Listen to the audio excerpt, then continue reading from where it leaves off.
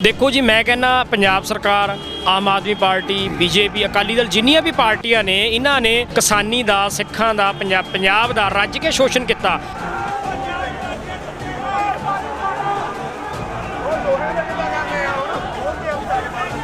भावें को किसानी की गल कर लो, कैप्टन अमरिंदर सिंह की सरकार है, इन्होंने SYL ਲਈ ਕੀ ਕੀਤਾ, पंजाब के पानियां ਲਈ ਕੀ ਕੀਤਾ, ਜਿਹੜੀ ਭਾਖੜਾ ਟਾਈਮ ਬਣੀ ਹੈ ਉਹਨੂੰ मतलब ਜਿਹੜੀ ਖੋਣ ਵਾਲੀ ਹੈ पंजाब तो कांग्रेस है, होर कौन है। तो उस तो बाद जिन्नियां भी बाकी भी पार्टियां ने, ये पंजाब हितैषी नहीं। जे ये पंजाब हितैषी ਹੁੰਦੀ ਆ ਤੇ ਸਾਡੇ ਨਾਲ ਇੱਥੇ ਸ਼ੰਭੂ ਬਾਰਡਰ ਤੇ ਪੁਲਿਸ ਨਾਲ ਟੱਕਰ ਲੈਂਦੀ ਹੁੰਦੀਆਂ। ਅਸਲ ਦੇ ਵਿੱਚ ਦਿੱਲੀ ਜਾਗਦੀ ਉਹ ਉਦੋਂ ਹੈ ਜਦੋਂ ਆਪਾਂ ਉਹਦੇ ਸਿਰ ਤੱਕ ਜਾ ਪਹੁੰਚ ਜਾਂਦੇ ਆ। ਤੁਸੀਂ ਵੇਖੋ ਇੱਕ ਵਾਰੀ ਨਹੀਂ, ਕਿਉਂਕਿ ਜਿਹੜਾ ਮੋਦੀ ਸਰਕਾਰ ਦਾ ਰਵੱਈਆ ਹੈ ਨਾ, ਉਹ ਅੱਜ ਤੋਂ ਤਾਨਾਸ਼ਾਹੀ ਨਹੀਂ ਹੈਗਾ। ਪੰਜਾਬ ਤੇ ਪੰਜਾਬੀ ਤੇ ਹਰਿਆਣਾ ਇਕਜੁੱਟ ਹੋ ਕੇ ਗਿਆ ਤੇ ਇਹਦੇ ਤੇ ਝੁਕਣਾ ਪੈਣਾ, ਮੋਦੀ ਨੂੰ ਝੁਕਣਾ ਪੈਣਾ, ਦਿੱਲੀ ਸਰਕਾਰ ਨੂੰ ਝੁਕਣਾ ਪੈਣਾ। ਜੋ ਸਾਡੀਆਂ ਮੰਗਾਂ ਨੇ ਉਹ ਮੰਨਣੀਆਂ ਪੈਣੀਆਂ ਨੇ, ਉਸ ਤੋਂ ਬਿਨਾਂ ਉਹਨਾਂ ਦਾ ਛੁਟਕਾਰਾ ਨਹੀਂ ਹੈਗਾ। ਕਿਉਂਕਿ ਜਦੋਂ ਵੀ ਦਿੱਲੀ ਸਰਕਾਰ ਨੇ ਹਮੇਸ਼ਾ ਹੀ ਪੰਜਾਬ ਨਾਲ ਮਤਰਿਆ ਹੀ ਸਲੂਕ ਕੀਤਾ। ਵਾਹਿਗੁਰੂ ਜੀ ਕਾ ਖਾਲਸਾ, ਵਾਹਿਗੁਰੂ ਜੀ ਕੀ ਫਤਿਹ। ਤੁਸੀਂ ਜਾਣਦੇ ਹੋ ਕਿ ਸਵੇਰ ਤੋਂ ਅਸੀਂ ਸ਼ੰਭੂ ਮੋਰਚੇ ਤੋਂ ਲੈ ਕੇ ਸ਼ੰਭੂ ਬੈਰੀਅਰ ਕ੍ਰਾਸ ਹੋਣ ਤੱਕ, ਅੰਬਾਲੇ ਪਹੁੰਚਣ ਤੱਕ ਜਾ ਕੇ ਵਾਪਸ ਪਰਤ ਆਏ ਹਾਂ ਤੇ ਕਵਰ ਕਰ ਰਹੇ ਹਾਂ ਪੂਰਾ ਦਾ ਪੂਰਾ ਕਿਸ ਤਰੀਕੇ ਨਾਲ ਜਿਹੜੀ ਹਰਿਆਣਾ ਗਵਰਨਮੈਂਟ ਹੈ ਉਹਨੇ ਰੋਕਣ ਦੀ ਕੋਸ਼ਿਸ਼ ਕੀਤੀ ਸੀ ਕਿਸਾਨ ਜਥੇਬੰਦੀਆਂ ਨੂੰ, ਕਿਸਾਨਾਂ ਨੂੰ ਮੋਰਚਿਆਂ ਤੋਂ ਉੱਠਣ ਲਈ ਬੇਨਤੀ ਇਹ ਕੀਤੀ ਜਾ ਰਹੀ ਸੀ ਕਿ ਕਰੋਨਾ ਵਾਇਰਸ ਦੀ ਮਹਾਮਾਰੀ ਫੈਲੀ ਹੋਈ ਹੈ, ਇਸ ਕਰਕੇ ਧਾਰਾ 144 ਹਰਿਆਣੇ 'ਚ ਲੱਗੀ ਹੋਈ ਹੈ, ਕਿਸਾਨ ਬੈਰੀਅਰ ਤੋਂ ਹੀ ਵਾਪਸ ਪਰਤ ਜਾਣ। ਪਰ ਉਸ ਤੋਂ ਬਾਅਦ ਤੁਹਾਨੂੰ ਹਾਲ ਮੈਂ ਦਿਖਾਇਆ ਸੀ ਕਿ ਪੁਲਿਸ ਸੈਂਕੜਿਆਂ ਦੀ ਤਾਦਾਦ ਦੇ ਵਿੱਚ ਇੱਕ ਦੂਜੇ ਨਾਲ ਮੋਢਾ ਲਾ ਕੇ ਬੈਠੀ ਹੈ ਤੇ ਕਿਸੇ ਦੇ ਮੂੰਹ ਤੇ ਮਾਸਕ ਵੀ ਨਹੀਂ ਸੀ। ਉੱਥੋਂ ਪਤਾ ਲੱਗਦਾ ਹੈ ਕਿ ਸਰਕਾਰਾਂ ਕਿੱਦਾਂ ਦੀਆਂ ਗੰਦੀਆਂ ਰਣਨੀਤੀਆਂ ਅਪਣਾਉਂਦੀਆਂ ਨੇ, ਚੱਲਦੀਆਂ ਨੇ ਚਾਲਾਂ। ਤੇ ਸਾਡੇ ਨਾਲ ਅਕਾਲ ਯੂਥ ਜਥੇਦਾਰ ਜਗਤਾਰ ਸਿੰਘ ਹਵਾਰਾ ਵੱਲੋਂ ਬਣਾਈ ਗਈ ਜਥੇਬੰਦੀ ਦੇ 5 ਪ੍ਰਧਾਨੀ ਕਮੇਟੀ ਦੇ ਮੈਂਬਰ ਜਸਵਿੰਦਰ ਸਿੰਘ ਰਾਜਪੁਰਾ, ਇਹ ਵੀ ਦਿੱਲੀ ਕੂਚ ਕਰ ਚੁੱਕੇ ਨੇ। ਤੇ ਇਹਨਾਂ ਤੋਂ ਪੁੱਛਦੇ ਹਾਂ ਕਿ ਆਖਿਰ ਸਰਕਾਰ ਦੀ ਜੋ ਰਣਨੀਤੀ ਹੈ ਇਸ ਵੇਲੇ, ਕਿਉਂਕਿ ਸਰਕਾਰ ਇੱਕ ਪਾਸੇ ਤਾਂ ਕਹਿ ਰਹੀ ਹੈ 3 ਤਰੀਕ ਨੂੰ ਆ ਕੇ ਮੀਟਿੰਗ ਕਰੋ ਸਾਡੇ ਨਾਲ, ਦੂਸਰੇ ਪਾਸੇ ਕਹਿ ਰਹੇ ਨੇ ਕਿ ਤੁਸੀਂ ਕੂਚ ਨਾ ਕਰੋ। ਮੀਟਿੰਗਾਂ ਤਾਂ ਪਹਿਲਾਂ ਹੀ ਬਹੁਤ ਹੋ ਗਈਆਂ। ਦੇਖੋ ਜੀ, ਜਦੋਂ ਵੀ ਕੋਈ ਸੰਘਰਸ਼ मतलब ਵੱਡਾ ਵਿਸ਼ਾਲ ਰੂਪ ਲੈਂਦਾ ਵਾ ਤੇ ਉਹਦੇ ਵਿੱਚ ਜਿਹੜੀ ਲੋਕ ਲਹਿਰ ਹੈ ਉਹ ਬਣ ਜਾਂਦੀ ਹੈ, ਲੋਕ ਉਹਦੇ ਵਿੱਚ ਸ਼ਮੂਲੀਅਤ ਕਰਨ ਲੱਗ ਜਾਂਦੇ ਨੇ, ਆਮ ਲੋਕ, ਹੈ ਨਾ। ਤੇ ਸਰਕਾਰ ਕੀ ਕਰਦੀ ਹੈ, ਉਹ ਫਿਰ ਸੋਚਦੀ ਹੈ ਵੀ ਕਿਸੇ ਨਾ ਕਿਸੇ ਤਰੀਕੇ ਨਾਲ, ਢੰਗ ਨਾਲ ਇਹਨਾਂ ਨੂੰ ਆਪਣੀ ਜਿਹੜੀ ਇਹਨਾਂ ਦੀ ਗੱਡੀ ਹੈ ਉਹ ਲੀਹੋ ਲੱਥੀ ਜਾਵੇ, ਇਹਨਾਂ ਨੂੰ मतलब ਗੁੰਮਰਾਹ ਕੀਤਾ ਜਾਵੇ, ਇਹਨਾਂ ਨੂੰ ਭੰਬਲ ਭੁੱਸੇ 'ਚ ਪਾਇਆ ਜਾਵੇ ਤਾਂ ਕਿ ਜਿਹੜਾ ਸੰਘਰਸ਼ ਹੈ ਉਹ ਜਿਹੜਾ ਸਹੀ ਦਿਸ਼ਾ ਵੱਲ ਨਾ ਜਾਵੇ। ਇਸ ਲਈ ਉਹ ਇਸ ਤਰ੍ਹਾਂ ਦੇ ਐਲਾਨ ਨੇ, ਇਸ ਤਰ੍ਹਾਂ ਦੀ ਗੱਲਾਂ ਨੇ ਉਹ ਕਰ ਰਹੇ ਨੇ। ਹੁਣ ਦਿੱਲੀ ਕੂਚ ਤਾਂ ਕਰ ਚੁੱਕੀ ਹੈ ਤੇ ਸੈਂਕੜੇ ਗੱਡੀਆਂ ਲੰਘ ਚੁੱਕੀਆਂ ਨੇ ਇੱਥੋਂ ਹੁਣ, ਤੇ ਜਿੰਨਾ ਕਿ ਅਗਰ ਰਿਕਾਰਡ ਦੀ ਗੱਲ ਕੀਤੀ ਜਾਵੇ ਤਾਂ 2500 ਤੋਂ ਵੱਧ ਵਹੀਕਲ ਹੁਣ ਤੱਕ ਕ੍ਰਾਸ ਹੋ ਚੁੱਕਿਆ ਹੈ। ਦਿੱਲੀ ਜਾ ਕੇ ਮੋਰਚਾ ਲਾਉਣਾ ਤੇ ਉੱਥੇ ਉਸ ਤੋਂ ਬਾਅਦ ਅੱਗੇ ਦੀ ਰਣਨੀਤੀ ਤੁਸੀਂ ਕੀ ਸੋਚੀ ਹੈ, ਜਥੇਬੰਦੀ ਨੇ ਕੀ ਸੋਚੀ ਹੈ, ਹਵਾਰਾ ਜੀ ਤੋਂ ਕੋਈ ਦਿਸ਼ਾ ਨਿਰਦੇਸ਼ ਹੈ? ਦੇਖੋ ਜੀ, ਜਥੇਦਾਰ ਸਾਹਿਬ ਵੱਲੋਂ ਤਾਂ ਇੱਕੋ ਨਿਰਦੇਸ਼ ਸੀਗਾ, ਉਹ ਸ਼ੁਰੂ ਤੋਂ ਕਹਿ ਰਹੇ ਨੇ ਕਿ ਅਸੀਂ ਪੰਜਾਬ ਦੀ ਗੱਲ ਕਰਨੀ ਹੈ, ਅਸੀਂ ਪੰਜਾਬ ਦੀ ਕਿਸਾਨੀ ਦੀ ਗੱਲ ਕਰਨੀ ਹੈ। ਤੇ ਦੂਜੀ ਜਿਹੜੀ ਤੁਸੀਂ ਗੱਲ ਕਰ ਰਹੇ ਹੋ ਕਿ ਅੱਗੇ ਦੀ ਰਣਨੀਤੀ, ਮੈਂ ਕਿਸਾਨ ਜਥੇਬੰਦੀਆਂ ਨੂੰ, ਸਮੁੱਚੀ ਸਿੱਖ ਜਥੇਬੰਦੀਆਂ ਨੂੰ ਇਹ ਅਪੀਲ ਕਰਦਾ ਕਿ ਅੱਜ ਇਕੱਲੇ ਤੁਸੀਂ ਕਾਨੂੰਨ ਨੂੰ ਰੱਦ ਕਰਾਉਣ ਦੀ ਗੱਲ ਨਾ ਕਰਿਓ, ਕਿਉਂਕਿ ਜੇ ਤੁਸੀਂ ਇਸ ਇਕੱਲੇ ਕਾਨੂੰਨ ਨੂੰ ਰੱਦ ਕਰਾਉਣ ਦੀ ਗੱਲ ਕਰੋਗੇ, ਉਹਨਾਂ ਨੇ 2 ਸਾਲ ਬਾਅਦ ਫਿਰ ਕੋਈ ਨਵਾਂ ਕਾਨੂੰਨ ਬਣਾ ਦੇਣਾ, ਉਹ ਰੱਦ ਕਰਾਓਗੇ ਫਿਰ ਤੀਜਾ ਕਾਨੂੰਨ ਬਣਾ ਦੇਣਾ। ਤੁਸੀਂ ਹੁਣ ਗੱਲ, ਸਾਡੇ ਕੋਲ ਮੌਕਾ ਵਾ ਕਰਨ ਦਾ, ਪੰਜਾਬ ਨੂੰ ਦੱਬਿਆ ਜਾ ਰਿਹਾ, ਕੁਚਲਿਆ ਜਾ ਰਿਹਾ। ਤੁਸੀਂ ਗੱਲ ਜੇ ਕਰਨੀ ਹੈ ਤੇ ਪੰਜਾਬ ਦੀ ਖੁਦ ਮੁਖਤਿਆਰੀ ਦੀ ਕਰੋ ਕਿ ਅਸੀਂ ਜਿਹੜੀ ਫਸਲ ਹੈ ਉਹ ਬੀਜੀ ਹੈ, ਵੇਚਣ ਦੇ ਅਧਿਕਾਰੀ ਅਸੀਂ ਹਾਂ ਵੀ ਕਿੱਥੇ ਵੇਚਣੀ ਹੈ। ਸਾਨੂੰ ਯੂਪੀ ਬਿਹਾਰ ਤੋਂ ਆ ਕੇ ਕੋਈ ਬੰਦਾ ਨਾ ਦੱਸੇ ਕਿ ਤੁਸੀਂ ਪੰਜਾਬ ਤੋਂ ਬਾਹਰ ਫਸਲ ਨਹੀਂ ਬੀਜ ਸਕਦੇ। ਸੋ ਇਹ ਸਾਰੀ ਗੱਲਾਂ ਨੂੰ ਲੈ ਕੇ ਸਾਨੂੰ ਬਹੁਤ ਵੱਡਾ ਜਿਹੜਾ ਪ੍ਰੀ ਪਲਾਨ ਤਰੀਕੇ ਦੇ ਨਾਲ ਸੰਘਰਸ਼ ਕਰਨਾ ਪਊਗਾ। ਇਹੋ ਜੀ ਗੱਲਾਂ ਨੇ ਇਕੱਲੇ ਸਿੱਖ ਦੇ, ਪੰਜਾਬੀਆਂ ਦੇ ਤੱਕ ਪਹੁੰਚਾਉਣੀ ਪੈਣੀਆਂ ਨੇ ਵੀ ਇਹ ਇਕੱਲਾ ਕਿਸਾਨੀ ਦਾ ਮਸਲਾ ਨਾ ਇਹਨੂੰ ਸਮਝੋ, ਇਹ ਬਹੁਤ ਅੱਗੇ ਤੱਕ ਜਿਹੜੀ ਗੱਲ ਹੈ ਉਹ ਜਾ ਪਹੁੰਚੀ ਹੈ, ਇਹ ਪੰਜਾਬ ਦੀ ਹੋਂਦ ਦਾ ਮਸਲਾ ਬਣਿਆ ਹੋਇਆ। ਪਰ ਸਰਕਾਰਾਂ ਲਗਾਤਾਰ ਜਿਸ ਤਰੀਕੇ ਦੀ ਰਾਜਨੀਤੀ ਕਰ ਰਹੀਆਂ ਨੇ, ਪੰਜਾਬ ਸਰਕਾਰ ਜਿਸ ਤਰ੍ਹਾਂ ਦੇ ਬਹਾਨੇਬਾਜ਼ੀ ਕਰ ਰਹੀ ਹੈ, ਆਪਣੇ ਆਪ ਨੂੰ ਲਾਚਾਰ ਦਿਖਾ ਰਹੇ ਨੇ ਕਿ ਉਹ ਕੁਝ ਕਰਨ ਜੋਗੇ ਨਹੀਂ। ਹੁਣ ਘੱਟੋ ਘੱਟ ਜੇ ਪੰਜਾਬ ਸਰਕਾਰ ਕੁਝ ਵੀ ਨਹੀਂ ਸੀ ਕਰਨ ਜੋਗੀ ਤਾਂ ਇਹ ਤਾਂ ਕਰ ਸਕਦੀ ਸੀ ਕਿ ਕਿਸਾਨਾਂ ਨਾਲ ਮੋਢਾ ਲਾ ਕੇ ਦਿੱਲੀ ਚੱਲਦੀ। ਦੇਖੋ ਜੀ, ਮੈਂ ਕਹਿੰਦਾ ਪੰਜਾਬ ਸਰਕਾਰ, ਆਮ ਆਦਮੀ ਪਾਰਟੀ, BJP, ਅਕਾਲੀ ਦਲ ਜਿੰਨੀਆਂ ਵੀ ਪਾਰਟੀਆਂ ਨੇ, ਇਹਨਾਂ ਨੇ ਕਿਸਾਨੀ ਦਾ, ਸਿੱਖਾਂ ਦਾ, ਪੰਜਾਬ ਦਾ ਰੱਜ ਕੇ ਸ਼ੋਸ਼ਣ ਕੀਤਾ। ਭਾਵੇਂ ਕੋਈ ਕਿਸਾਨੀ ਦੀ ਗੱਲ ਕਰ ਲਓ, ਕੈਪਟਨ ਅਮਰਿੰਦਰ ਸਿੰਘ ਦੀ ਸਰਕਾਰ ਹੈ, ਇਹਨਾਂ ਨੇ SYL ਲਈ ਕੀ ਕੀਤਾ, ਪੰਜਾਬ ਦੇ ਪਾਣੀਆਂ ਲਈ ਕੀ ਕੀਤਾ, ਜਿਹੜੀ ਭਾਖੜਾ ਟਾਈਮ ਬਣੀ ਹੈ ਉਹਨੂੰ ਮਤਲਬ ਜਿਹੜੀ ਖੋਣ ਵਾਲੀ ਹੈ ਪੰਜਾਬ ਤੋਂ ਕਾਂਗਰਸ ਹੈ, ਹੋਰ ਕੌਣ ਹੈ। ਤੇ ਉਸ ਤੋਂ ਬਾਅਦ ਜਿੰਨੀਆਂ ਵੀ ਬਾਕੀ ਵੀ ਪਾਰਟੀਆਂ ਨੇ ਇਹ ਪੰਜਾਬ ਹਿਤੈਸ਼ੀ ਨਹੀਂ। ਜੇ ਇਹ ਪੰਜਾਬ ਹਿਤੈਸ਼ੀ ਹੁੰਦੀਆਂ ਤੇ ਸਾਡੇ ਨਾਲ ਇੱਥੇ ਸ਼ੰਭੂ ਬਾਰਡਰ ਤੇ ਪੁਲਿਸ ਨਾਲ ਟੱਕਰ ਲੈਂਦੀ ਹੁੰਦੀਆਂ, ਪਰ ਇੱਥੇ ਕੋਈ ਵੀ ਰਾਜਨੀਤਿਕ ਪਾਰਟੀ ਨਹੀਂ ਪਹੁੰਚੀ। ਪੰਜਾਬ ਦੇ ਲੋਕਾਂ ਨੂੰ ਵੀ ਸਮਝ ਲੈਣਾ ਚਾਹੀਦਾ, ਇਹ ਸਾਡੇ ਸਿਰ ਤੇ ਸਿਆਸੀ ਰੋਟੀਆਂ ਸੇਕਣ ਵਾਲੇ ਬੰਦੇ ਨੇ। ਸਾਨੂੰ ਲੋੜ ਹੈ ਜਿਹੜੇ ਸੰਘਰਸ਼ ਦੇ ਵਿੱਚ ਕੁੱਦ ਕੇ ਲੋਕਾਂ ਦੇ ਲਈ ਲੜਾਈ ਲੜ ਰਹੇ ਨੇ, ਕਿਸਾਨਾਂ ਦੇ ਲਈ ਲੜਾਈ ਲੜ ਰਹੇ ਨੇ, ਪੰਜਾਬ ਦੇ ਹੱਕਾਂ ਦੀ ਲੜਾਈ ਲੜ ਰਹੇ ਨੇ, ਉਹਨਾਂ ਦਾ ਸਾਥ ਦੇਣਾ ਚਾਹੀਦਾ। ਹੁਣ ਭਗਵੰਤ ਮਾਨ ਹੈ, ਇਹ ਕਹਿੰਦਾ ਮੈਂ ਪੰਜਾਬ ਦੇ ਵਿੱਚ 3 ਰੈਲੀਆਂ ਕਰਾਂਗਾ। ਹੱਦ ਹੋ ਗਈ ਹੈ ਯਾਰ। ਗੱਲ ਕਿਸਾਨ ਜਾ ਰਹੇ ਨੇ ਦਿੱਲੀ ਨੂੰ, ਇਹ ਕਹਿੰਦਾ ਵੀ ਮੈਂ 3 ਪੰਜਾਬ ਦੇ ਵਿੱਚ ਰੈਲੀਆਂ ਕਰਾਂਗਾ। ਰੈਲੀਆਂ ਕਰਕੇ ਕੀ ਕਰੂਗਾ ਤੂੰ ਦੱਸ? ਇੱਥੇ ਤੇ ਜੰਗ ਹਿੰਦ ਪੰਜਾਬ ਦਾ ਜਿਹੜਾ ਹੋ ਰਿਹਾ ਹੈ ਤੇ ਤੂੰ ਉੱਥੇ ਐਲਾਨ ਕਰ ਰਿਹਾ ਕਿ ਮੈਂ ਰੈਲੀਆਂ ਕਰਾਂਗਾ। ਸਾਡੇ ਨਾਲ ਆਓ ਇੱਥੇ ਸ਼ੰਭੂ ਮੋਰਚੇ ਤੇ, ਇੱਥੇ ਆਓ ਬਾਰਡਰ ਤੇ ਪੁਲਿਸ ਨੂੰ ਭਜਾਓ, ਅੱਗੇ ਹਰਿਆਣਾ ਪੁਲਿਸ ਲੱਗੀ ਹੈ, ਆਓ ਅਸੀਂ ਦਿੱਲੀ ਪਹੁੰਚੀਏ। ਅਸੀਂ ਗੱਲ ਤਾਂ ਮੰਨਾਂਗੇ ਤੁਸੀਂ ਸਿਆਸਤ ਕਰਦੇ ਹੋ ਪੰਜਾਬ ਦੀ। ਗੱਲ ਤਾਂ ਉਹੀ ਹੈ ਨਾ ਕਿ ਸਿਆਸੀ ਧਿਰਾਂ ਦੀ ਵੀ ਇਸ ਵੇਲੇ ਅਸਲੀਅਤ ਸਾਹਮਣੇ ਆਣੀ ਹੈ, ਦੁੱਧ ਦਾ ਦੁੱਧ ਪਾਣੀ ਦਾ ਪਾਣੀ ਹੋਣਾ। ਕਿਉਂਕਿ ਜਿਹੜੀਆਂ ਸਿਆਸੀ ਧਿਰਾਂ ਆਪਣੇ ਆਪ ਨੂੰ ਕਹਿੰਦੀਆਂ ਨੇ ਕਿ ਸਾਨੂੰ ਕਿਸਾਨਾਂ ਦਾ ਬੜਾ ਦੁੱਖ ਹੈ, ਪੰਜਾਬੀਅਤ ਦਾ ਬੜਾ ਦੁੱਖ ਹੈ, ਅਸੀਂ ਪੰਜਾਬੀਆਂ ਦੇ ਨਾਲ ਆ। ਮੈਂ ਸਿੱਖ ਜੱਟ ਜਾਂ ਜ਼ਮੀਂਦਾਰ ਤਾਂ ਨਹੀਂ ਕਹਾਂਗਾ, ਕਿਉਂਕਿ ਇੱਕ ਤਬਕੇ ਦੇ ਨਾਲ ਜੋੜ ਕੇ ਉਸ ਨੂੰ ਦੇਖ ਲਿੱਤਾ ਜਾਂਦਾ। ਇਸ ਵੇਲੇ ਗੱਲ ਪੰਜਾਬੀਅਤ ਤੇ ਪੰਜਾਬੀਅਤ ਦੀ ਚੱਲ ਰਹੀ ਹੈ, ਹਰ ਧਰਮ ਹਰ ਵਰਗ ਦੀ ਚੱਲ ਰਹੀ ਹੈ। ਇਸ ਲਈ ਜੇਕਰ ਸਰਕਾਰਾਂ ਵਾਕਈ ਹੀ ਸਿੰਸੀਅਰ ਸੀਗੀਆਂ ਜਾਂ ਜਿਹੜੀਆਂ ਵੀ ਧਿਰਾਂ ਹੈ ਨੇ, ਜਿੰਨੀਆਂ ਵੀ ਪੋਲੀਟੀਕਲ ਪਾਰਟੀਆਂ ਹੈ ਨੇ, ਉਹ ਵਾਕਈ ਹੀ ਸਿੰਸੀਅਰ ਸੀ ਕਿਸਾਨਾਂ ਦੇ ਹੱਕ ਦੇ ਵਿੱਚ, ਤਾਂ ਉਹਨਾਂ ਦਾ ਫਰਜ਼ ਬਣਦਾ ਸੀ ਜਿੱਦਾਂ ਜਸਵਿੰਦਰ ਸਿੰਘ ਰਾਜਪੁਰਾ ਨੇ ਕਿਹਾ ਕਿ ਆ ਕੇ ਮੋਰਚਿਆਂ ਤੇ ਸਾਥ ਦਿੰਦੇ। ਤੇ ਹੁਣ ਜਦੋਂ ਚਾਲੇ ਪਾਏ ਨੇ ਸੰਗਤ ਨੇ ਦਿੱਲੀ ਵੱਲ ਨੂੰ, ਤਾਂ ਦਿੱਲੀ ਵੱਲ ਨੂੰ ਕੂਚ ਕਰਦੇ। ਇਸ ਮੋਰਚੇ ਦੇ ਉੱਤੇ ਆ ਕੇ ਵੀ ਬੜੇ ਸਿਆਸੀ ਆਗੂਆਂ ਨੇ ਬਹੁਤ ਵੱਡੇ ਵੱਡੇ ਦਾਅਵੇ ਕੀਤੇ, ਵਾਅਦੇ ਕੀਤੇ, ਪਰ ਤੁਹਾਨੂੰ ਲੱਗਦਾ ਹੈ ਕਿ ਦਿੱਲੀ ਦੇ ਵਿੱਚ ਉਹਨਾਂ ਵਿੱਚੋਂ ਕੋਈ ਦਿਸੂ ਸਾਨੂੰ? ਦੇਖੋ ਜੀ, ਦਿੱਲੀ 'ਚ ਤਾਂ ਕੀ ਸ਼ੰਭੂ ਨਾ ਬਾਰਡਰ ਤੇ ਦਿਖਿਆ, ਨਾ ਖਨੌਰੀ ਬਾਰਡਰ ਤੇ ਦਿਖਿਆ, ਨਾ ਕਿਸੇ ਮੈਨੂੰ ਤਾਂ ਹੋਰ ਬਾਰਡਰ ਤੇ ਦਿਖਿਆ। ਮੈਂ ਤਾਂ ਇਹਨਾਂ ਦਾ ਕਿ ਸਿਆਸੀ ਬਿਆਨ ਤੱਕ ਨਹੀਂ ਪੜ੍ਹਿਆ ਕਿ ਅਸੀਂ ਫਲਾਣੇ ਬਾਰਡਰ ਤੇ ਪਹੁੰਚ ਰਹੇ ਹਾਂ ਜਾਂ ਕਿਸਾਨਾਂ ਦੇ ਨਾਲ ਅਸੀਂ ਮੋਢੇ ਨਾਲ ਮੋਢਾ ਲਾ ਕੇ ਦਿੱਲੀ ਨੂੰ ਜਾਣ ਨੂੰ ਤਿਆਰ ਹਾਂ। ਕੋਈ ਬੋਲਣ ਨੂੰ ਤਿਆਰ ਨਹੀਂ ਹੈਗਾ ਸਿਆਸੀ ਬੰਦਾ। ਤੁਸੀਂ ਦੱਸੋ ਕਿਸੇ ਵੀ ਇੱਕ ਵੀ ਅੱਜ ਪੋਲੀਟੀਕਲ ਲੀਡਰ ਦੀ ਸਟੇਟਮੈਂਟ ਆਈ ਹੋਵੇ ਕਿ ਕਿਸਾਨਾਂ ਦੇ ਜਿਹੜੇ ਜੱਥੇ ਨੇ ਦਿੱਲੀ ਨੂੰ ਵੰਗਾਰ ਰਹੇ ਨੇ, ਉਹਨਾਂ ਨੂੰ ਦਿੱਲੀ ਘੇਰਨ ਨੂੰ ਜਾ ਰਹੇ ਨੇ, ਅਸੀਂ ਉਹਨਾਂ ਦੇ ਨਾਲ ਜਾਵਾਂਗੇ। ਮੈਂ ਤੇ ਅੱਜ ਤੱਕ ਪੜ੍ਹਿਆ ਨਹੀਂ ਕੋਈ ਸਿਆਸੀ ਬਿਆਨ। ਇਹਨਾਂ ਦੇ ਇਹੀ ਬਿਆਨ ਆ ਰਹੇ ਨੇ ਕਿ ਅਸੀਂ ਕਿਸਾਨਾਂ ਦੇ ਨਾਲ। ਮਤਲਬ ਉਹ ਕਿੱਦਾਂ ਨਾਲ ਹੋ ਤੁਸੀਂ ਇਹ ਤਾਂ ਦੱਸ ਦਿਓ। ਕਿਸਾਨਾਂ ਦੀ ਛਿੱਲ ਲਾਉਣ ਵਾਸਤੇ, ਉਹਨਾਂ ਦੀਆਂ ਜ਼ਮੀਨਾਂ ਗਵਾਉਣ ਵਾਸਤੇ। ਅਗਰ ਇਹ ਸਾਨੂੰ ਬੀਤੇ 70 ਸਾਲ 'ਚ ਸਮਝ ਨਹੀਂ ਆਇਆ ਤਾਂ ਸ਼ਾਇਦ ਹੋ ਸਕਦਾ ਹੈ ਕਿ ਅੱਜ ਵੀ ਸਾਡੇ ਪੱਲੇ ਨਾ ਪਵੇ। ਅੱਜ ਇੱਕ ਮੌਕਾ ਸਾਨੂੰ ਸਾਡੀ ਆਵਾਮ ਨੇ ਦਿੱਤਾ ਹੈ, ਜਾਂ ਕਹਿ ਸਕਦੇ ਹਾਂ ਕਿ ਸਰਕਾਰ ਨੇ ਹੀ ਦਿੱਤਾ ਹੈ। ਘੱਟੋ ਘੱਟ ਮੋਦੀ ਦੀ ਇਸ ਘਟੀਆ ਹਰਕਤ ਤੋਂ ਬਾਅਦ ਪੰਜਾਬ ਦੀਆਂ ਮਰੀਆਂ ਹੋਈਆਂ ਜ਼ਮੀਰਾਂ ਤਾਂ ਜਾਗੀਆਂ ਨੇ। ਇੱਕ ਝੰਜੋੜਾ ਤਾਂ ਮਿਲਿਆ ਹੈ, ਤੁਹਾਡੀ ਰੂਹ ਨੂੰ ਜਾਗੇ ਤਾਂ ਹੋ ਕਿ ਤੁਹਾਡਾ ਕੀ ਕੀ ਖੁੱਸ ਗਿਆ ਹੈ ਉਹ ਵੀ ਪਤਾ ਲੱਗ ਗਿਆ ਹੈ, ਤੇ ਅੱਗੇ ਕੱਖ ਨਹੀਂ ਰਹਿਣਾ ਉਹ ਵੀ ਪਤਾ ਲੱਗ ਗਿਆ। ਤਾਂ ਹੀ ਅੱਜ ਅਸੀਂ ਸੜਕਾਂ ਤੇ ਬੈਠੇ ਹਾਂ। ਮੈਂ ਪਹਿਲਾਂ ਵੀ ਇਹ ਗੱਲ ਕਹੀ ਸੀ ਕਿ ਇਹ ਕੰਮ ਬਹੁਤ ਪਹਿਲਾਂ ਹੋ ਜਾਣਾ ਚਾਹੀਦਾ ਸੀ। ਇਹ ਮੋਰਚੇ ਉਦੋਂ ਲੱਗਣੇ ਚਾਹੀਦੇ ਸੀ ਜਦੋਂ ਧੰਨ ਸ਼੍ਰੀ ਗੁਰੂ ਗ੍ਰੰਥ ਸਾਹਿਬ ਜੀ ਦੇ ਅੰਗਾਂ ਦੀ ਬੇਅਦਬੀ ਹੋਈ, ਗਲੀਆਂ ਦੇ ਵਿੱਚ ਅੰਗ ਖਿਲਾਰੇ ਗਏ। ਜੇ ਕਿਤੇ ਉਦੋਂ ਮੋਰਚੇ ਲੱਗੇ ਹੁੰਦੇ ਆਪਣੇ ਗੁਰੂ ਵਾਸਤੇ ਤਾਂ ਸ਼ਾਇਦ ਅੱਜ ਸਾਨੂੰ ਆਹ ਦਿਨ ਨਾ ਵੇਖਣਾ ਪੈਂਦਾ।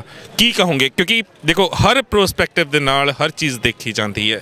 ਬਹੁਤ ਸਾਰੇ ਬੁੱਧੀਜੀਵੀ ਇਹ ਵੀ ਕਹਿੰਦੇ ਨੇ ਤੇ ਇੰਟੈਲੈਕਚੁਅਲ ਵੀ ਇਹ ਇੱਕ ਚੀਜ਼ ਕਹਿੰਦੇ ਨੇ ਕਿ ਅੱਜ ਕਿਸਾਨਾਂ ਦੇ ਉੱਤੇ ਗੱਲ ਆਈ ਹੈ, ਜ਼ਮੀਨ ਦੇ ਉੱਤੇ ਗੱਲ ਆਈ, ਤਾਂ ਅੱਜ ਮੋਰਚਿਆਂ ਦੇ ਉੱਤੇ ਆ ਗਿਆ ਬੱਚਾ। ਪਰ ਗੁਰੂ ਦੀ ਜਦੋਂ ਬੇਅਦਬੀ ਹੋਈ ਸੀ ਉਦੋਂ ਕੋਈ ਨਹੀਂ ਸੀ ਦਿਸਿਆ। ਦੇਖੋ ਜੀ ਸੈਣੀ ਸਾਹਿਬ, ਜਿਹੜੀ ਇਹ ਗੱਲ ਹੈ ਗੁਰੂ ਗ੍ਰੰਥ ਸਾਹਿਬ ਜੀ ਦੀ ਬੇਅਦਬੀ ਦੀ ਗੱਲ ਹੈ, ਜਾਂ 2007 ਤੋਂ ਬਾਅਦ ਸਰਸੇ ਵਾਲੇ ਨੇ ਜਿਹੜਾ ਸਵਾਂਗ ਰਚਿਆ ਸੀ ਉਹਦੀ ਗੱਲ ਹੈ ਨਾ।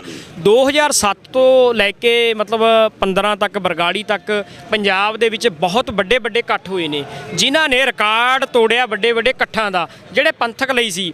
ਤੇ ਕਿੰਨੇ ਹੀ ਉਸ ਸਮੇਂ ਤੋਂ ਲੈ ਕੇ ਹੁਣ ਤੱਕ ਮੋਰਚੇ ਲੱਗੇ ਨੇ। ਅਸੀਂ ਉਸ ਸਮੇਂ ਤੋਂ ਲੈ ਕੇ ਹੁਣ ਤੱਕ ਕੋਈ ਦਿਸ਼ਾ ਦੇਣ ਦੇ ਵਿੱਚ, ਕੋਈ ਰਾਜਨੀਤਿਕ ਵੱਡਾ ਇਨਕਲਾਬ ਲਿਆਉਣ ਦੇ ਵਿੱਚ ਫੇਲ ਹੋਏ ਆ।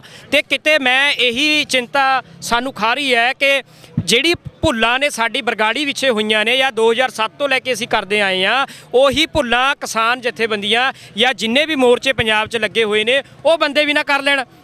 ਕਿਉਂਕਿ ਦੇਖੋ ਸਾਡੇ ਉੱਤੇ ਇੱਕ ਕਾਨੂੰਨ ਬਣਦਾ, 4 ਕਾਨੂੰਨ 2 ਸਾਲ ਬਾਅਦ ਫੇਰ ਬਣਨ ਨੂੰ ਤਿਆਰ ਨੇ। ਤੁਸੀਂ ਇਹਨੂੰ ਰੱਦ ਕਰਾ ਲੋਗੇ, ਦੂਜਾ ਕਾਨੂੰਨ ਫੇਰ ਬਣਾਉਣ ਨੂੰ ਤਿਆਰ ਨੇ। ਉਹਨਾਂ ਨੂੰ ਕਿਹੜਾ ਟਾਈਮ ਲੱਗਦਾ ਵਾ? ਸੋ ਗੱਲ ਹੈ ਪੰਜਾਬ ਦਾ ਕਿਸਾਨ ਹੈ ਉਹ ਇਹ ਕਰੇ ਕਿ ਸਾਨੂੰ ਖੁਦ ਮੁਖਤਿਆਰੀ ਚਾਹੀਦੀ ਹੈ ਕਿ ਯੂਪੀ ਬਿਹਾਰ 'ਚੋਂ ਆ ਕੇ ਬੰਦਾ ਨਾ ਸਾਨੂੰ ਦੱਸੇ ਕਿ ਮੈਂ ਆਪਣੀ ਫਸਲ ਹੈ ਹਰਿਆਣਾ ਬਾਰਡਰ ਟੱਪ ਕੇ ਵੇਚ ਸਕਦਾ ਕਿ ਨਹੀਂ ਵੇਚ ਸਕਦਾ। ਸਾਨੂੰ ਖੁੱਲ੍ਹ ਹੋਣੀ ਚਾਹੀਦੀ, ਅਸੀਂ ਆਪਣੀ ਜਿਹੜੀ ਫਸਲ ਹੈ ਭਾਵੇਂ ਅਫਗਾਨਿਸਤਾਨ ਜਾ ਕੇ ਵੇਚੀਏ। ਨਾ ਹਰਿਆਣਾ ਬਾਰਡਰ ਟੱਪ ਕੇ ਤਾਂ ਅਸੀਂ ਉੱਥੋਂ ਯੂਰੀਆ ਤੱਕ ਨਹੀਂ ਲੈ ਕੇ ਆ ਸਕਦੇ। ਤੁਹਾਨੂੰ ਪਤਾ ਹੈ ਜਿਹੜੇ ਕਿਸਾਨ ਯੂਰੀਆ ਲੈ ਕੇ ਆ ਰਹੇ ਸੀ ਉਹਨਾਂ ਨੂੰ ਵੀ ਫੜ ਕੇ ਅਰੈਸਟ ਕੀਤਾ ਗਿਆ, ਗੱਡੀਆਂ ਜ਼ਬਤ ਕੀਤੀਆਂ ਗਈਆਂ, ਉਹਨਾਂ ਨੂੰ ਅਰੈਸਟ ਕੀਤਾ ਗਿਆ, ਪਰਚੇ ਕੀਤੇ ਗਏ। ਤੁਸੀਂ ਕੀ ਕਹੋਗੇ ਸਰਕਾਰਾਂ ਦੇ ਇਸ ਅੜੀਅਲ ਰਵੱਈਏ ਨੂੰ ਲੈ ਕੇ? ਕਿਉਂਕਿ ਹੁਣ ਤੱਕ ਸਰਕਾਰਾਂ ਨੂੰ ਅਕਲ ਆ ਜਾਣੀ ਚਾਹੀਦੀ ਹੈ ਕਿ ਜਿੰਨਾ ਵੱਡਾ ਹਜ਼ੂਮ ਦਿੱਲੀ ਵੱਲ ਨੂੰ ਕੂਚ ਕਰ ਚੁੱਕਿਆ ਹੈ। ਪਹਿਲਾਂ ਉਹਨਾਂ ਨੂੰ ਲੱਗ ਰਿਹਾ ਸੀ ਕਿ ਸ਼ਾਇਦ ਮੋਰਚੇ ਲੱਗ ਜਾਣਗੇ, ਥੋੜ੍ਹਾ ਜਿਹਾ ਪ੍ਰੋਟੈਸਟ ਹੋ ਜਾਊਗਾ, ਚੁੱਪ ਕਰਕੇ ਬਹਿ ਜਾਣਗੇ, ਪਰ ਅੱਜ ਚਾਲੇ ਪੈ ਗਏ। ਅਸਲ ਦੇ ਵਿੱਚ ਦਿੱਲੀ ਜਾਗਦੀ ਉਹ ਉਦੋਂ ਹੈ ਜਦੋਂ ਆਪਾਂ ਉਹਦੇ ਸਿਰ ਤੱਕ ਜਾ ਪਹੁੰਚ ਜਾਂਦੇ ਆ। ਤੁਸੀਂ ਵੇਖੋ ਇੱਕ ਵਾਰੀ ਨਹੀਂ, ਕਿਉਂਕਿ ਜਿਹੜਾ ਮੋਦੀ ਸਰਕਾਰ ਦਾ ਰਵੱਈਆ ਹੈ ਨਾ, ਉਹ ਅੱਜ ਤੋਂ ਤਾਨਾਸ਼ਾਹੀ ਨਹੀਂ ਹੈਗਾ। ਰਾਤ ਨੂੰ 8 ਵਜੇ ਅਨਾਉਂਸਮੈਂਟ ਹੈ ਕਿ ਸਵੇਰ ਤੋਂ ਨੋਟਬੰਦੀ ਹੈ। ਤੁਸੀਂ ਹੈਰਾਨ ਹੋਵੋਗੇ ਵੀ ਇੰਨੇ ਕਈ ਸੌ ਬੰਦੇ ਜਿਹੜੇ ਲਾਈਨਾਂ ਵਿੱਚ ਖੜ ਕੇ ਮਰ ਗਏ, ਉਹ ਕਿਹੜੇ ਗਲਤ ਫੈਸਲੇ ਕਰਕੇ ਮਰ ਗਏ ਨੇ। ਸਰਕਾਰ ਦੀ ਦੇਖੋ ਜਿਹੜੀ ਸਟੇਟਮੈਂਟ ਹੈ, ਸਰਕਾਰ ਕਹਿੰਦੀ ਵੈਸੇ ਵੀ ਤਾਂ ਮੌਤ ਨੇ ਆਣਾ ਹੀ ਹੈ। ਫਿਰ ਜੇ ਸਰਕਾਰ ਅਜਿਹੀ ਅੱਗੋਂ ਜਵਾਬ ਦੇ ਰਹੀ ਹੈ ਵੀ ਮੌਤ ਤਾਂ ਆਣੀ ਹੋਈ ਹੈ ਜੇ ਲਾਈਨਾਂ ਵਿੱਚ ਖੜ ਕੇ ਮਰ ਗਏ, ਤੇ ਕਿੱਡੀ ਕੁ ਗੱਲ ਹੈ। ਫਿਰ ਸਰਕਾਰ ਦੇ ਮੰਤਰੀਆਂ ਨੂੰ ਜੈਡ ਸਿਕਿਉਰਿਟੀ ਕਿਉਂ ਹੈ, ਜੈਡ ਪਲੱਸ ਸਿਕਿਉਰਿਟੀ ਕਿਉਂ ਦਿੱਤੀ ਜਾਂਦੀ ਹੈ, ਕਿਉਂ ਇਹਨਾਂ ਨੂੰ ਗਨਮੈਨ ਦਿੱਤੇ ਜਾਂਦੇ ਨੇ? ਕਿਉਂਕਿ ਮਰਨਾ ਤਾਂ ਹੈਗਾ ਹੀ ਹੈ ਇੱਕ ਦਿਨ। ਦੂਸਰੇ ਪਾਸੇ ਨੋਟਬੰਦੀ ਤੋਂ ਬਾਅਦ ਤੁਸੀਂ GST ਦੇਖੋ, ਜਿੰਨਾ ਵਪਾਰੀ ਵਰਗ ਸੀਗਾ ਉਹਨੂੰ ਕਿੰਨਾ ਵੱਡਾ ਛੋਟੇ ਵਪਾਰੀਆਂ ਨੂੰ ਘਾਟਾ ਪਿਆ, ਪਰ ਸਰਕਾਰ ਨੇ ਆਪਣੇ ਫੈਸਲੇ ਨੂੰ ਨਹੀਂ ਬਦਲਿਆ। ਅੱਜ ਅਸੀਂ ਕਿਸਾਨਾਂ ਦੀ ਗੱਲ ਕਰ ਰਹੇ ਹਾਂ, ਅੱਜ ਸਾਡੇ ਘਰ ਤੱਕ ਇਹ ਅੱਗ ਪਹੁੰਚੀ ਹੈ ਤਾਂ ਅਸੀਂ ਅੱਜ ਇੱਥੇ ਪਹੁੰਚੇ ਹਾਂ। ਪਰ ਤੁਸੀਂ ਵੇਖੋ ਜਿਹੜੀ ਸਰਕਾਰ ਦਾ ਰਵੱਈਆ ਹੈ ਨਾ, ਜਦੋਂ GST ਦੀ ਗੱਲ ਹੋਈ ਹੈ, ਗੁਜਰਾਤ ਵਿੱਚ ਬਹੁਤ ਵੱਡੇ ਲੈਵਲ ਤੇ ਅੰਦੋਲਨ ਹੋਏ ਨੇ, ਸੂਰਤ ਕਈ ਮਹੀਨਿਆਂ ਤੱਕ ਬੰਦ ਰੱਖਿਆ ਗਿਆ, ਕਾਰੋਬਾਰ ਬੰਦ ਰੱਖੇ ਗਏ। ਤੇ ਅੱਜ ਜਦੋਂ ਤੁਸੀਂ ਪੰਜਾਬ ਵੱਲ ਵੇਖਦੇ ਹੋ, ਪਰ ਬਾਕੀ ਸਟੇਟਾਂ ਦਾ ਤੇ ਪੰਜਾਬ ਦਾ ਇੱਕ ਅਲੱਗ ਸਿਸਟਮ ਹੈ। ਤੁਸੀਂ ਬਾਕੀ ਸਟੇਟ ਵੇਖੋ, ਸੂਰਤ 'ਚ ਅੰਦੋਲਨ ਚੱਲ ਰਿਹਾ, ਪਰ ਬਾਕੀ ਸਾਰਾ ਗੁਜਰਾਤ ਕੰਮ ਪਿਆ ਕਰਦਾ ਹੈ। ਬਾਕੀ ਥਾਂ ਤੇ ਜੇ ਕਲਕੱਤਾ 'ਚ ਪ੍ਰੋਟੈਸਟ ਪਿਆ ਚੱਲਦਾ ਹੈ, ਤੇ ਬਾਕੀ ਹਿੰਦੁਸਤਾਨ ਦੀਆਂ ਜਿੰਨੀਆਂ ਸਟੇਟਾਂ ਨੇ ਉਹ ਕੰਮ ਪਈਆਂ ਕਰਦੀਆਂ ਨੇ। ਪਰ ਜੇ ਤੁਸੀਂ ਪੰਜਾਬ ਸਟੇਟ ਦੀ ਗੱਲ ਕਰੋ ਨਾ, ਅੱਜ ਸਾਰਾ ਹਿੰਦੁਸਤਾਨ ਚੁੱਪ ਕਰਕੇ ਸੁੱਤਾ ਪਿਆ। ਕਿਉਂ? ਕਿਉਂਕਿ ਉਹਨੂੰ ਸਰਕਾਰ ਤੋਂ ਡਰ ਲੱਗਦਾ ਹੈ, ਸਰਕਾਰ ਦੇ ਪਰਚਿਆਂ ਤੋਂ ਡਰ ਲੱਗਦਾ, ਸਰਕਾਰ ਦੇ ਤਾਨਾਸ਼ਾਹੀ ਰਵੱਈਏ ਤੋਂ ਡਰ ਲੱਗਦਾ। ਪਰ ਤੁਸੀਂ ਪੰਜਾਬ ਨੂੰ ਵੇਖੋ, ਅੱਜ ਪੰਜਾਬ ਦਾ ਨੌਜਵਾਨ, ਪੰਜਾਬ ਦਾ ਕਿਸਾਨ, ਪੰਜਾਬ ਦਾ ਸਿੱਖ, ਅੱਜ ਤੁਸੀਂ ਵੇਖੋ ਉਹ ਕਿਸ ਤਰੀਕੇ ਦੇ ਨਾਲ ਉੱਠਿਆ। ਕਿਉਂਕਿ ਜਿੰਨੇ ਇਨਕਲਾਬ ਹਿੰਦੁਸਤਾਨ 'ਚ ਸ਼ੁਰੂ ਹੋਏ ਨੇ, ਭਾਰਤ 'ਚ ਭਾਵੇਂ ਆਜ਼ਾਦੀ ਦੀ ਲੜਾਈ ਹੋਵੇ, ਉਹਦੀ ਸ਼ੁਰੂਆਤ ਕਿੱਥੋਂ ਹੋਈ ਹੈ? ਸਭ ਤੋਂ ਵੱਧ ਕੁਰਬਾਨੀਆਂ ਦੇਣ ਵਾਲੀ ਸਾਡੀ ਕੌਮ, ਇੰਨੇ ਜ਼ਿਆਦਾ ਸੰਘਰਸ਼ ਲੜਨ ਵਾਲੀ ਸਾਡੀ ਕੌਮ, ਤੇ ਅੱਜ ਜੇ ਸਾਨੂੰ ਇਹ ਕਿਸਾਨੀ ਬਿੱਲਾਂ ਦੇ ਉੱਪਰ ਸਾਡੀ ਹਰੈਸਮੈਂਟ ਕਰ ਰਹੇ ਨੇ, ਸਾਨੂੰ ਪਰੇਸ਼ਾਨ ਕੀਤਾ ਜਾ ਰਿਹਾ, ਸਾਡੇ ਤੋਂ ਜ਼ਮੀਨ ਖੋਈ ਜਾ ਰਹੀ ਹੈ, ਸਾਡੇ ਉੱਤੇ ਬਿਜਲੀ ਦੇ ਨਵੇਂ ਕਾਨੂੰਨ ਪਾਸ ਕੀਤੇ ਜਾ ਰਹੇ ਨੇ, ਸਾਡੇ ਕੋਲੋਂ 3.5 ਜ਼ਿਲ੍ਹੇ ਖੋਏ ਜਾ ਰਹੇ ਨੇ, ਤੇ ਚੇਤੇ ਰੱਖੋ ਅੱਜ ਸਾਨੂੰ ਖੁਦ ਮੁਖਤਿਆਰੀ ਦੀ ਗੱਲ ਕਰਨੀ ਪਵੇਗੀ। ਜਦੋਂ ਤੱਕ ਸਾਡੇ ਨੌਜਵਾਨ, ਸਾਡੇ ਕਿਸਾਨ, ਸਾਡੇ ਵੀਰ ਭਰਾ ਇਸ ਗੱਲ ਨੂੰ ਨਹੀਂ ਸਮਝਦੇ ਵੀ ਮੰਨ ਲਓ ਆਪਾਂ 3 ਬਿੱਲ ਇਹਨਾਂ ਨੂੰ ਕਹਿ ਵੀ ਦਿੱਤਾ, ਉਹਨਾਂ ਨੇ ਸਾਡੀ ਗੱਲ ਮੰਨ ਵੀ ਲਈ, ਤੇ ਅੱਜ ਤੋਂ 6 ਮਹੀਨੇ ਬਾਅਦ ਇੱਕ ਨਵਾਂ ਬਿੱਲ ਪਾਸ ਕਰ ਦੇਣਗੇ, ਫਿਰ ਆਪਾਂ 6 ਮਹੀਨੇ ਸੜਕਾਂ ਤੇ ਰੋਲਾਂਗੇ। ਨਹੀਂ, ਸਾਡੇ ਕੋਲ ਖੁਦ ਮੁਖਤਿਆਰੀ ਹੋਣੀ ਚਾਹੀਦੀ ਹੈ। ਸਾਡੇ ਕੋਲ ਸਾਡੇ ਪਾਣੀਆਂ ਦਾ ਅਧਿਕਾਰ ਚਾਹੀਦਾ ਹੈ, ਸਾਡੇ ਕੋਲ ਸਾਡੀ ਬਿਜਲੀ ਦਾ ਅਧਿਕਾਰ ਚਾਹੀਦਾ ਹੈ, ਸਾਡੇ ਕੋਲ ਸਾਡੇ ਆਪਣੇ ਮੁੱਦਿਆਂ ਦਾ ਅਧਿਕਾਰ ਚਾਹੀਦਾ। ਅਸੀਂ ਫਸਲ ਭਾਵੇਂ ਕਿਸੇ ਸਟੇਟ ਵਿੱਚ, ਕਿਸੇ ਦੇਸ਼ ਵਿੱਚ ਵੇਚੀਏ, ਸਾਡੇ ਕੋਲ ਸਾਡੇ ਆਪਣੇ ਅਧਿਕਾਰ ਚਾਹੀਦੇ ਨੇ। ਜਿਨ੍ਹਾਂ ਅਧਿਕਾਰਾਂ ਦੀ ਗੱਲ ਸੰਤ ਬਾਬਾ ਜਰਨੈਲ ਸਿੰਘ ਜੀ ਖਾਲਸਾ ਭਿੰਡਰਾਂ ਵਾਲਿਆਂ ਨੇ ਕੀਤੀ, ਜਿਨ੍ਹਾਂ ਅਧਿਕਾਰਾਂ ਦੀ ਗੱਲ ਆਪਾਂ ਆਨੰਦਪੁਰ ਦੇ ਮਤੇ ਵਿੱਚ ਕੀਤੀ, ਅੱਜ ਸਾਨੂੰ ਆਨੰਦਪੁਰ ਦੇ ਮਤੇ ਤੇ ਪਹਿਰਾ ਦੇਣ ਦੀ ਲੋੜ ਹੈ। ਤੇ ਜਿਹੜੀ ਸਰਕਾਰ ਹੈ, ਵੇਖੋ ਸਰਕਾਰ ਨੇ ਤਾਨਾਸ਼ਾਹੀ ਰਵੱਈਆ ਅਪਣਾਉਣਾ। ਅਸੀਂ ਸਰਕਾਰ ਤੋਂ ਇਸ ਤੋਂ ਵੱਧ ਕੇ ਕੋਈ ਆਸ ਨਹੀਂ ਰੱਖ ਸਕਦੇ ਵੀ ਸਰਕਾਰ ਦਾ ਜਿਹੜਾ ਤਰੀਕਾ ਹੈ ਉਹਨੇ ਤੇ ਸਾਨੂੰ ਮਾਰਨਾ ਹੀ ਮਾਰਨਾ ਹੈ। ਪਰ ਅਸੀਂ ਉਹਦੀ ਮਾਰ ਕਦੋਂ ਤੱਕ ਝੱਲ ਕੇ ਸੰਘਰਸ਼ੀਲ ਰਹਿੰਦੇ ਆ, ਕਦੋਂ ਤੱਕ ਅਸੀਂ ਸੰਘਰਸ਼ ਲੜਨਾ ਹੈ? ਜਦੋਂ ਅਸੀਂ ਸੰਘਰਸ਼ ਲੜਾਂਗੇ, ਸਰਕਾਰ ਆਪਣੇ ਆਪ ਸਾਡੇ ਸਾਹਮਣੇ ਝੁਕੇਗੀ। ਜੀ, ਸਰਕਾਰ ਆਪਣੇ ਆਪ ਸਾਡੇ ਸਾਹਮਣੇ ਝੁਕੇਗੀ। ਕਿਸਾਨ ਜਥੇਬੰਦੀਆਂ ਦੇ ਆਗੂ ਵੀ ਸਾਡੇ ਨਾਲ ਨੇ, ਉਹਨਾਂ ਤੋਂ ਪੁੱਛਦੇ ਹਾਂ ਕਿ ਕਿਸਾਨ ਜਥੇਬੰਦੀਆਂ ਹੁਣ ਸਿਰ ਨਾਲ ਸਿਰ ਜੋੜ ਕੇ ਬਹਿ ਗਈਆਂ ਨੇ, ਹੁਣ ਦਿੱਲੀ ਵੱਲ ਕੂਚ ਵੀ ਕਰ ਚੁੱਕੇ ਆ, ਪਰ ਤੁਹਾਨੂੰ ਕੀ ਲੱਗਦਾ ਹੈ ਕਿ ਦਿੱਲੀ ਜਾ ਕੇ ਮੁੜ, ਕਿਉਂਕਿ ਪਿਛਲੇ 50 ਸਾਲਾਂ ਤੋਂ ਮੰਗਾਂ ਤੇ ਹੀ ਕਿਸਾਨ ਜਥੇਬੰਦੀਆਂ ਨੂੰ ਲਟਕਾਇਆ ਹੋਇਆ ਹੈ ਸਰਕਾਰ ਨੇ, ਤੁਹਾਨੂੰ ਲੱਗਦਾ ਹੈ ਕਿ ਹੁਣ ਹੱਕਾਂ ਤੱਕ ਜਥੇਬੰਦੀਆਂ ਜਾਣ ਦੀ ਕੋਸ਼ਿਸ਼ ਕਰਨਗੀਆਂ? ਬਿਲਕੁਲ ਜੀ, ਜੇ ਕਿਸਾਨ ਜਥੇਬੰਦੀਆਂ ਤੇ ਜਿਵੇਂ ਪੰਜਾਬ ਤੇ ਪੰਜਾਬੀ ਤੇ ਹਰਿਆਣਾ ਇਕਜੁੱਟ ਹੋ ਕੇ ਗਿਆ, ਤੇ ਇਹਦੇ ਤੇ ਝੁਕਣਾ ਪੈਣਾ, ਮੋਦੀ ਨੂੰ ਝੁਕਣਾ ਪੈਣਾ, ਦਿੱਲੀ ਸਰਕਾਰ ਨੂੰ ਝੁਕਣਾ ਪੈਣਾ। ਜੋ ਸਾਡੀਆਂ ਮੰਗਾਂ ਨੇ ਉਹ ਮੰਨਣੀਆਂ ਪੈਣੀਆਂ ਨੇ, ਉਸ ਤੋਂ ਬਿਨਾਂ ਉਹਨਾਂ ਦਾ ਛੁਟਕਾਰਾ ਨਹੀਂ ਹੈਗਾ। ਕਿਉਂਕਿ ਜਦੋਂ ਵੀ ਦਿੱਲੀ ਸਰਕਾਰ ਨੇ ਹਮੇਸ਼ਾ ਹੀ ਪੰਜਾਬ ਨਾਲ ਮਤਰਿਆ ਹੀ ਸਲੂਕ ਕੀਤਾ, ਚਾਹੇ ਕੋਈ ਪਾਣੀਆਂ ਦਾ ਮਸਲਾ, ਚਾਹੇ ਪੰਜਾਬੀ ਬੋਲਦਿਆਂ ਇਲਾਕਾ, ਚਾਹੇ ਸਾਡਾ ਪੰਜਾਬੀ ਦਾ ਇਲਾਕਾ, ਚਾਹੇ ਸਾਡੀ ਸਿੱਖੀ ਦਾ ਹੈਗਾ, ਤੇ ਕੋਈ ਵੀ ਸਾਡੇ ਤੇ ਆ ਜਿਹੜਾ ਹਮੇਸ਼ਾ ਥੋਪੇ ਗਏ ਆ, ਕਿਉਂਕਿ ਹਮੇਸ਼ਾ ਸਾਨੂੰ ਲੁੱਟਿਆ ਹੀ ਗਿਆ। ਤੇ ਕੁੱਟਿਆ ਹੀ ਗਿਆ ਹਮੇਸ਼ਾ ਹੀ ਸਾਡੇ ਤੋਂ। ਹੁਣ ਦੇਖੋ ਜਿੰਨੇ ਵੀ ਸਾਰਾ ਕੁਝ ਥੋਪਿਆ ਜਾ ਰਿਹਾ ਦਿੱਲੀ ਤੋਂ, ਚਾਹੇ ਉਹ ਤੁਸੀਂ ਮੈਡੀਕਲ ਤੋਂ ਲਾ ਲਓ, ਚਾਹੇ ਤੁਸੀਂ ਐਜੂਕੇਸ਼ਨ ਲਾ ਲਓ, ਚਾਹੇ ਤੁਸੀਂ ਹਰੇਕ ਜਿਹੜਾ ਵੀ ਅਧਿਕਾਰ ਆ ਉਹ ਸੈਂਟਰ ਨੇ ਸਾਤੋਂ ਖੋਲਿਆ ਪੰਜਾਬ ਤੋਂ।